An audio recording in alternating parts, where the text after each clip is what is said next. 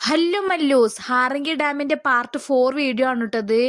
അപ്പൊ ഞങ്ങൾ ഹാറങ്കി ഡാം ഒക്കെ കണ്ടിറങ്ങിങ്ങാണ്ട് മുന്നിക്ക് വെറുതെ ഒന്ന് നടന്നു പോയപ്പോഴാണ് കേട്ടോ ഈ സംഭവം കണ്ടത്. അതായത് ആനകളോ ക്യാമ്പാണ്. സത്യം പറഞ്ഞാൽ ഇത്ര പ്രാവശ്യം അവിടെ പോയിട്ട് ഞാൻ ഇതുള്ളത് അവിടെ അറിയില്ല കേട്ടോ. അപ്പൊ വെറുതെ ഒന്ന് ഉള്ളിലേക്ക് കയറി നോക്കാന്ന് പറഞ്ഞങ്ങാണ്ട് പോയതാണ്. അപ്പോൾ ഒരാൾക്ക് 40 റുപ്യാണ് ടിക്കറ്റ്. അവിടുന്ന് ടിക്കറ്റ് എടുത്തിട്ട് ഏകദേശം 1-1.5 കിലോമീറ്റർ നമുക്ക് അവിടേക്ക് നടക്കാനുണ്ട് കേട്ടോ.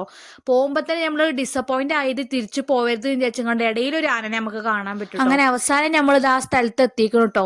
സത്യം പറഞ്ഞാൽ ഇവിടെ വന്ന പകുതി ആൾക്കാർക്ക് ഈ സ്ഥലം അറിയില്ല എന്ന് തന്നെ വേണമെങ്കിൽ പറയാം കേട്ടോ. അവിടെ ഹാറങ്കി ഡാമിലുള്ളതിനെ കാട്ടി ആള് കുറവ് കഴിഞ്ഞു കേട്ടോ. ഇവിടെ ഇത് ഇവര് കയ്യിൽ പിടിച്ചിരിക്കണ ഈ സാധനം നമുക്ക് ആനക്ക് തിന്നാൻ കൊടുക്കണം എന്നുണ്ടെങ്കിൽ അതിനൊരു 50 റുപ്യ എക്സ്ട്രാ വാങ്ങണം കേട്ടോ. അത് കുറച്ച് ഓവറായിട്ട് എനിക്ക് തോന്നി. പിന്നെ അവിടെ ബോട്ടിംഗ് സിസ്റ്റം ഒക്കെ ഉണ്ട് കേട്ടോ. ബോട്ടിംഗ് സിസ്റ്റമിന് പെർ പേഴ്സൺ 300 റുപ്പീസ് ആണ് ചാർജ് വരുന്നത്. നമ്മൾ പോയിട്ടൊന്നുമില്ല കേട്ടോ.